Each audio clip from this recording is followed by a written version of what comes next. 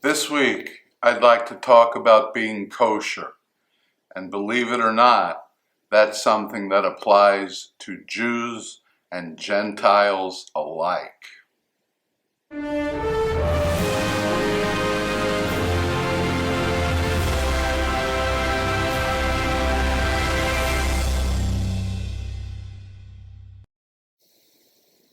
Shalom, my friends. Yes, my topic for this week is being kosher. And when I say the word kosher, whether you're Jewish or not, you probably think of food. It's completely understandable. The book of Leviticus goes through and tells us the characteristics that make a land animal kosher, or that make creatures that live in the sea kosher. By contrast, if they're not kosher, by definition, they're not kosher. But here's the interesting thing. The word kosher never appears in the book of Leviticus. So what does the word mean? It actually means fitting or appropriate. And unlike most of the commandments of the Torah, we are told in Leviticus why we should eat foods that are kosher and avoid foods that are not kosher, even though that's not the language that the book of Leviticus uses. If you're not Jewish, you don't have to eat kosher food. So how does this apply to you? The way the word kosher is used in English, it's actually used perfectly.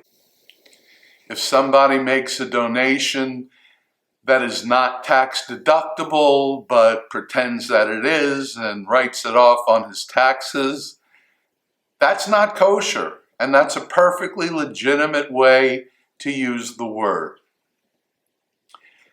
Many people for more than 100 years have believed that the laws regarding kosher food were an ancient health code.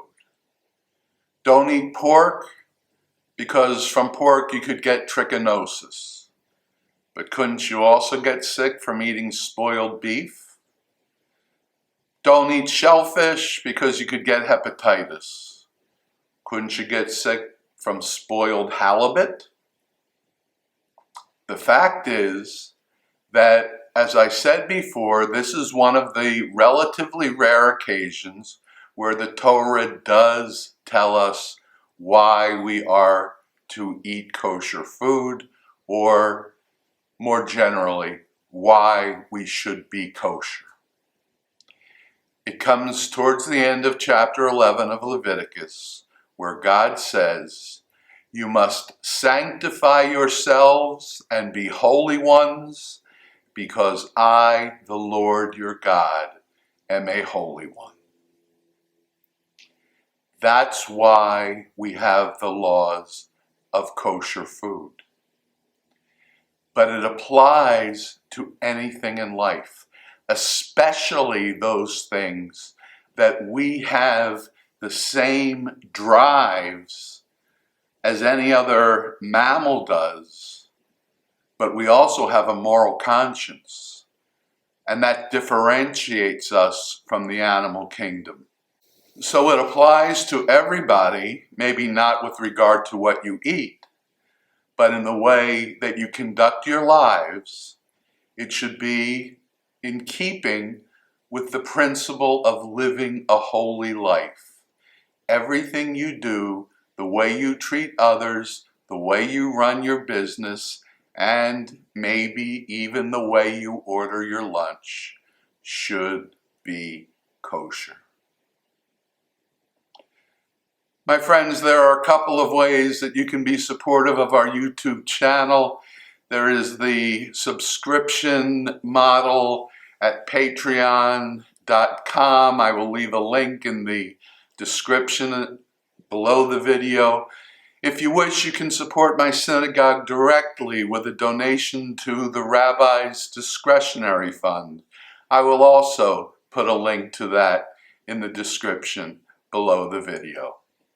In the meantime, please do subscribe to our ever-growing channel by clicking on my face, which appears right over there, or take a look at last week's video by clicking on its icon, which appears right over there. As ever, until next time, Shabbat Shalom.